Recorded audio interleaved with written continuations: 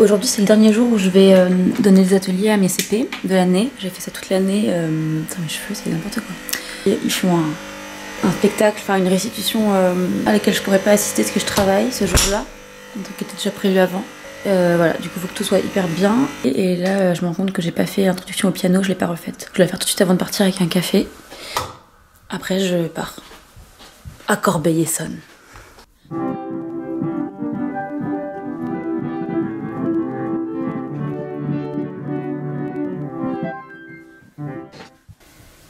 Possible d'avoir fait 12 ans de piano pour pas être foutu de faire 3 arpèges.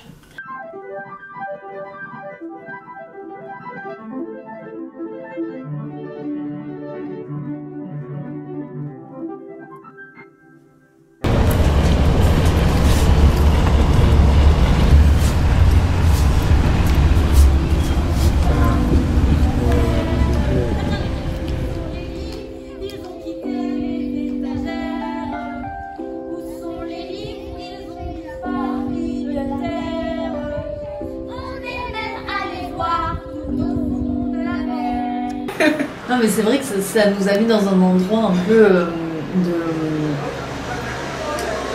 de fragilité parce que trop de mélange d'émotions, de stress, de vouloir que ça se passe bien. Ça fait tellement longtemps qu'on travaille ce projet, on a trop envie que ça soit bien, donc du coup il y a toutes nos petites névroses qui sortent dans ce groupe si différent. C'est rare de vivre un saut dans le vide comme ça, à ce point de...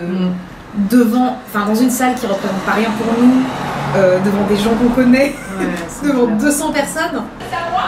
J'adorerais avec un peu plus de force revivre la chose avec plus de sérénité en ouvrant moins la gueule. Parce que du coup c'était un manque de maîtrise, enfin ils nous demandaient de plus maîtriser et c'était hyper déstabilisant. Il y a des fois où vraiment j'ai pleuré 2-3 fois quoi, de perte quoi, d'un coup de plus rien comprendre. Putain, c'est le gros, la bourse. C'est un drame. Parce que là, franchement, ça sonnait exactement comme tu disais, Louise, avec le ton du truc que t'attends depuis je sais pas combien de temps. Allô, Tris, ça va? Je t'appelle parce que Sabine vient de m'appeler parce qu'elle a le Covid. Formidable. Voilà. Elle me disait que voilà, elle était super dispo pour répéter à distance, tu vois. Tu fais un truc ce soir? Je vais voir Pangolarium à Porte de la Villette. Non, à Paris-Villette. Théâtre TPV. C'est un truc sur les pangolins? Je sais pas pourquoi ça me dit quelque chose, j'ai dû regarder dans le programme. C'est sur les pangolins, ouais, mais ça a été écrit avant la pandémie.